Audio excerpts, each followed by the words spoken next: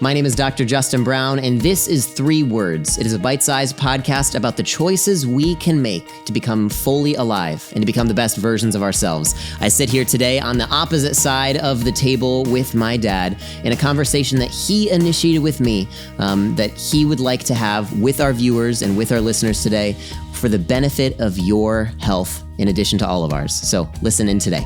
Well, Dad, it is great to be with you today on 3 Words, this time in different seats than we typically are.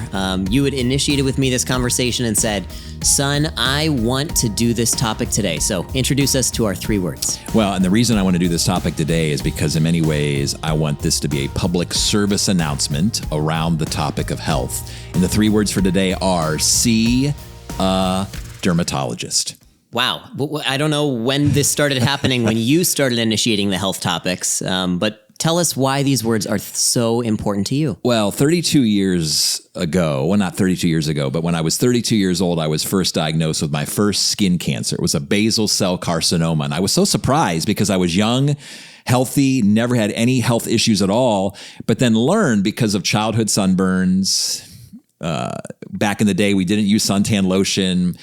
My dear mother would put us in baby oil and then comfort us with Noxzema, kind of to set the base for the summer. We just didn't know. And so in those early years, I think it kind of set the stage for what has been now a long-term battle with skin cancer for the past almost 3 decades. So you were first diagnosed with basal cell, it sounds like at the age of 32. Tell us more about kind of your journey with skin cancer. Yeah. So obviously even today, as you're noticing, if you're viewing this particular episode, I actually have a Band-Aid up in the left corner of my head. It began, obviously 32 was my first one, and then this is number 6. And then I'm in the process of being treated for number 7 and number 8 on my nose and on the other side of my forehead. Thankfully, none of them have been serious. There's different kinds of skin cancer. Obviously, I'm speaking to a professional here, a medical professional across the way. But basal cell carcinoma is the least dangerous, but still needs to be dealt with. It can become, obviously, chronic. Squamous cell, am I saying that correctly? Squamous cell. Squamous cell carcinoma obviously is a little more dangerous, and then melanoma is something you definitely don't want to have. Thankfully, all 8 of my skin cancers have been, all on my face, have been the basal cell carcinoma. This last one, though, son, has been much more aggressive. In fact, that's why I wanted to have a public service announcement to our viewers and listeners, because I had a little bit of a red nodule that appeared probably over 2.5 years ago. I saw it. I thought it might be something. Maybe it wasn't. I started talking myself out of the fact that, it's probably nothing. It doesn't seem like a basal cell. And it's not really growing. Yeah. It's small. What I didn't realize is that it was spreading across my forehead underneath the skin, invisible to the human eye.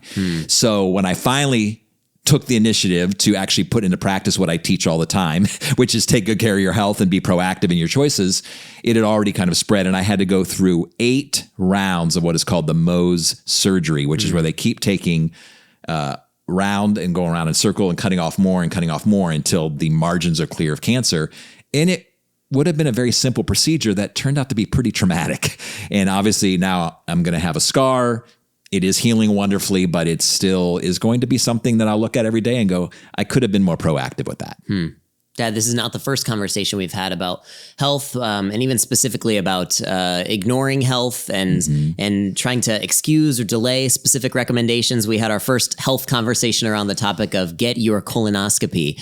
And in that conversation, we actually leaned into some other principles and practices and things. So I guess I'm curious if you could talk just broadly about your recommendations or your thoughts when it comes to how do we overcome the barriers to pursuing health in our lives when we might rather delay or debate or decline to follow some of the specific recommendations. And I think I live very proactively when it comes to positive choices. But when it's in the medical realm, I feel nervous.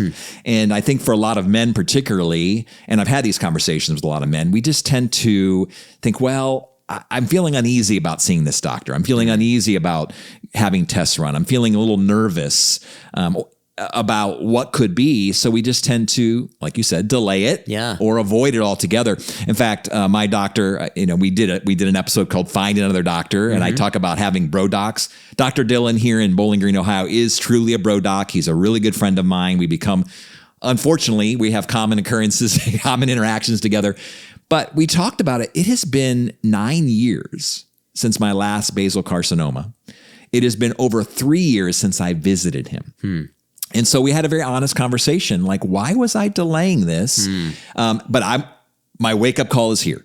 And I have told him, you're going to see me. I'm going to be as connected to you as bees on honey. I'm going to be there every 3 to 6 months. And he's like, that's what we need to do to be proactive, because we can deal with challenges in our life, and that's across the dimensions of our life.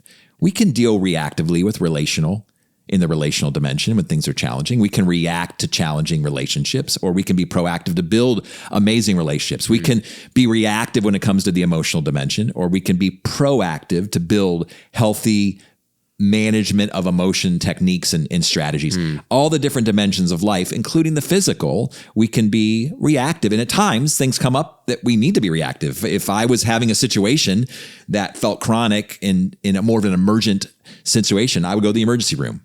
Probably after I called you and said, would you do this thing? Sure. But I would end up in the emergency room. I would deal with it. But how much better for our lives if we could be more proactive, more intentional, more thoughtful, and not allow fear and not allow anxiety or allow hesitancy to keep us from making the best decisions. I will pause in the middle of this episode to ask the question, as Dr. Justin Brown, do you have any moles that you haven't had checked out? Do you have something on your skin that is flaking or itching or bleeding that didn't used to be a problem in this way? I'd encourage you to, even before you finish this episode today, call and schedule an appointment with a dermatologist. Now back to the episode. Yeah, I hear you talking about, so you mentioned skin cancer, and I think I'd love to take a moment to at least, I guess, talk a little bit more about skin cancer. Please. It is the most common cancer that people experience. About 20% of Americans will be diagnosed with some sort of skin cancer.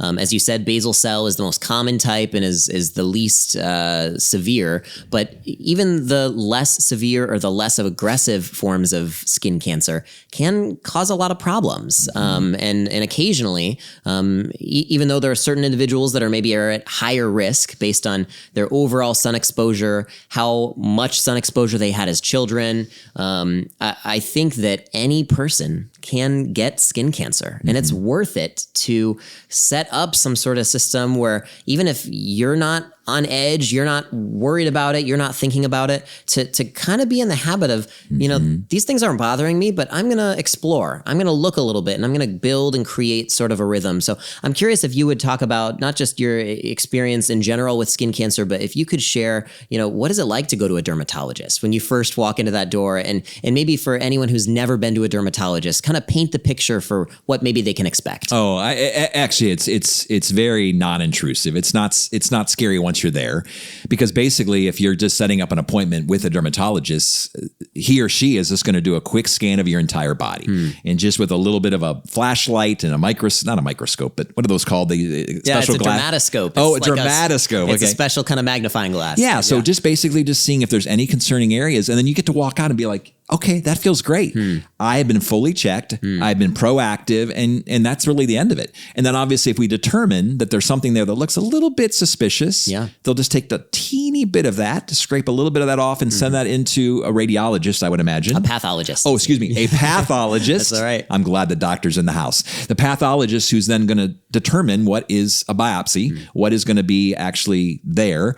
And oftentimes it's nothing, and sometimes it is. But if it is, then I get to treat it early. And so I get to go often and just have a full body check with someone I feel comfortable with. And then I can also point out things. This is kind of new. Yeah. This has not been here before. This is growing, or this is changing.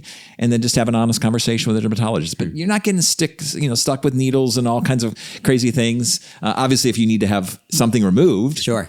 But even then, it's been all under local anesthesia. I've never been had to be put out. It happens in the office. I show up in my regular clothes, and it's been a pretty positive experience. The last one was not as positive, right? But it wasn't because of the dermatologist. It was because of my lack of proactivity. I waited so long that he had to continue to make sure that I was safe and cancer-free to keep taking more and more and more and more.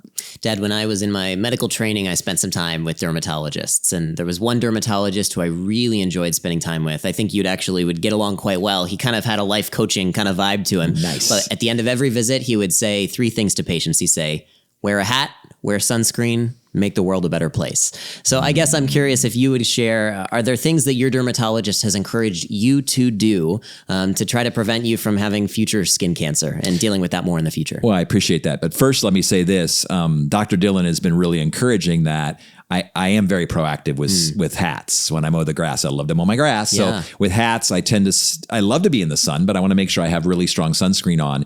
But he's also said, Michael, you're doing all the right things, but the things you're experiencing today are from your childhood and your teenage years. So I share that because there are so many, including my own kids, who say, well, I don't have that skin tone. Right. Or I don't have that issue, or I have darker skin, or I get this all the time. I don't burn. Well, but there's even people of color, my friends who are brown and black and from variety of ethnicity and nationalities who are getting skin cancer, even though they never get a sunburn. They never feel pain. They never need to put lotion on, but they're getting skin cancer because it's not just about what's happening on top of the skin. It's what's happening under the skin. Correct me if I'm wrong, Dr. Brown, but isn't your skin your largest organ of your body? It is, in fact. So it's the largest, most permeating organ of my body. I want to take as much care of that as I do my heart, my lungs, my liver, my pancreas, and so forth.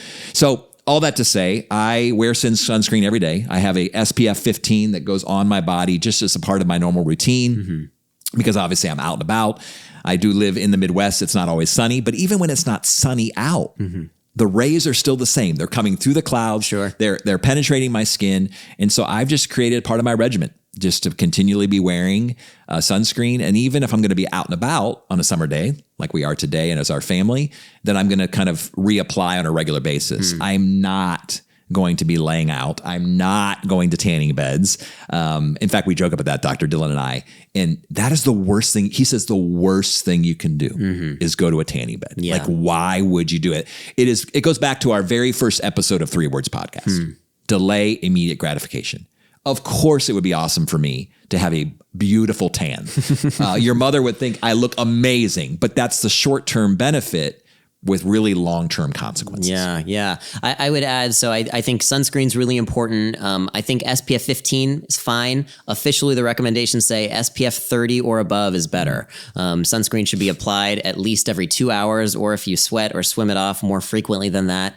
Avoiding sun or being in the shade between the hours of 10 and 4 when the sun is the most intense, or when the UV index is specifically above 6. That's when you gotta be more cautious. When it comes to tanning beds, and overall skin exposure and sun exposure, UV exposure, I agree with what you said that most of it actually does have to do with our childhood. So if you're listening to this podcast and you are under the age of 18, there is no reason ever that you should be in a tanning bed. And from a harm reduction perspective, if you must feel that you have to do this, I'd encourage you to do for as short of sessions as you can, and for less than 10 in a given calendar year. So those are some of my other thoughts. Any final thoughts that you have for our viewers as we end this kind of unique episode and public service announcement? Yeah, we literally just pulled this together with 5 minutes notice. We said, hey, we're in town, we're in the studio, let's do this thing.